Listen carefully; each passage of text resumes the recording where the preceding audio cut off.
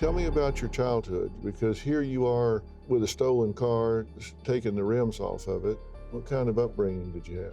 There was a lot of abuse, man, growing up. And it's just bad stuff, you know.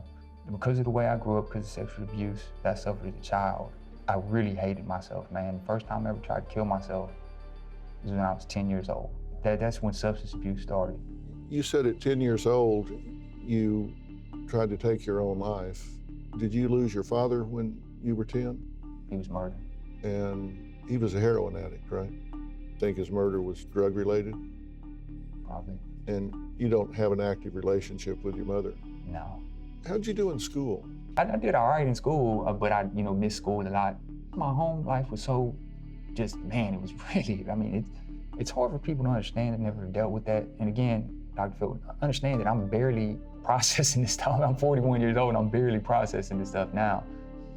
It's real hard to explain to people who didn't experience that, what it's like every day to go home and, be beat down to the ground for no reason. Jessica, you're an advocate for Rob Will, and you've put a lot of energy into it, spent a lot of time with him. Mm-hmm. What's your impression of him? He is, it's hard to really explain him until you meet him. I think Jason knows what I mean. But he's just the sweetest. He's funny, he's so intelligent, he's educated himself beyond anything that anyone would ever imagine being in those walls. Mm-hmm. And he's evolved even while he's in prison and has become a very accomplished artist, true? Yeah, Doc. My meeting with him was nothing less than extraordinary. I spent about, almost the full 4 hours that you're allowed as a visitor speaking with him on that, through the glass, as you did, and probably in that same spot.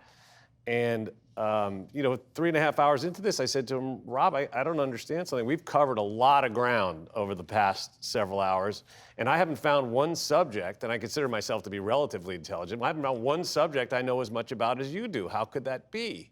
We had talked about philosophy, we had talked about law, we talked about art history, we talked about classical music, we talked about philology. I didn't even know what philology was till he explained it to me. And so, he says to me, well, what do I do all day? He says, I sit here in my cell, I listen to NPR, which is where he first heard my name. He says, I read books, because people send me books. He has become a brilliant poet and painter, and he has so much to contribute to society that it's one of the reasons why I've felt so compelled to try to spread the word about this awful case, because this is a guy who could be enriching the lives of many other people. I think that, after I saw him not too long after that, I was at an event for NYU, and I spoke to the dean, and I said, he could teach a course. If he wasn't the smartest kid in your classes, he could teach a course at your university. And I think that he would excel given the chance. Now, is he going to have challenges if he comes out of prison? Of course. But he is a highly intelligent and involved person who doesn't belong where he's at. He's actually had art shows. He's had a couple of art shows. He's got a third one coming up. He's a gifted painter. But you don't get paint in... No, he actually, as I understand it, he crushes up colored pencils with his hands in the cell. It's a very time-consuming process, and melts it with a hot pot or something that he's got in there in order to make paint so that he can create these artworks. And it's, it's an amazing process, and I think it speaks to his last name is Will, but it speaks to his will to live and to persevere and to keep fighting. I don't imagine any of us in his situation would be able to find that sort of extra gear that he has found and transform his misery and his loneliness and frustration into creativity and into accomplishments that are, pretty remarkable.